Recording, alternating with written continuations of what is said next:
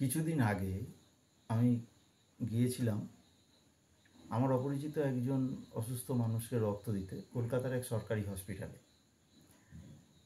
সেখানে যখন গেলাম সেখানে বেশ কিছুক্ষণ আমার বসে থাকতে হয়েছিল। আমার রক্ত নিয়ে কিছু পরীক্ষা টরীক্ষা করার পর বেশ কিছুক্ষণ পর আমাকে রক্ত দিতে ডাকলো এবং আমি রক্ত দিলাম।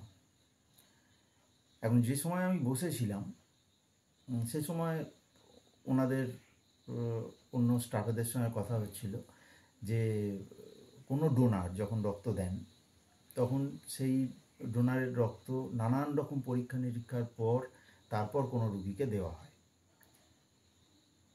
তা আমার সেই সময় একটা কথা মনে হলো যে ডোনারের রক্ত যখন নানান রকম পরীক্ষা করার পরে যার প্রয়োজন তাকে দেওয়া হয়, তা এই যে পরীক্ষাগুলো যেগুলো হয় সেই পরীক্ষাগুলো তার যা রেজাল্ট, সেই রেজাল্টগুলো ডোনারকে যে সার্টিফিকেটটা দেওয়া হয় তার সঙ্গে দেওয়া হয় না কেন?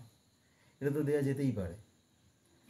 রক্তদান মহৎদান বলে যে সমস্ত ডোনেশন ক্যাম্পগুলো হয় সেই ডোনেশন ক্যাম্পগুলোতে প্রচুর উপহারের, অনেক সব জায়গায় না অনেক জায়গাতেই প্রচুর উপহারের বিষয় থাকে, তাই নিয়ে অনেক সমালোচনাও হয়। নীতিগতভাবে সেগুলো হয়তো মেনেও নেওয়া যায় না যে স্বেচ্ছায় রক্তদান করতে এসেছে সেখানে এত উপহারের বিষয় থাকবে কেন। কিন্তু একজন ডোনার, এটা দাবি নয়, কিন্তু এইভাবে তাকে এইটা স্বীকৃতি জানানো যেতেই পারে যে যে পরীক্ষাগুলো করা হচ্ছে সেই পরীক্ষাগুলো আমাদের তো পয়সা খরচ করে বাইরে থেকে করাতে হয়। সেই পরীক্ষাগুলো ডোনেশনের পরে আমরা কেন পেতে পারি না? সেই পরীক্ষার রেজাল্টগুলো যদি আমাদের দিয়ে দেওয়া হয়, সার্টিফিকেটের সঙ্গে সেইগুলো দিয়ে দেওয়া হলো, তো সেটা খুব মন্দ হয় না। এখন এই যে এই ধরনের বহু কথা, এই ধরনের আলোচনা হবে এই চ্যানেল ফালতু আড্ডায়।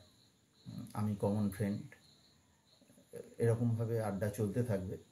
আপনারা কমেন্ট করবেন, অবশ্যই সাবস্ক্রাইব করবেন, এবং আপনাদের যে কমেন্টগুলো থাকবে সেই কমেন্টগুলো এই আলোচনায় বা এই আড্ডায় আলোচনা হবে।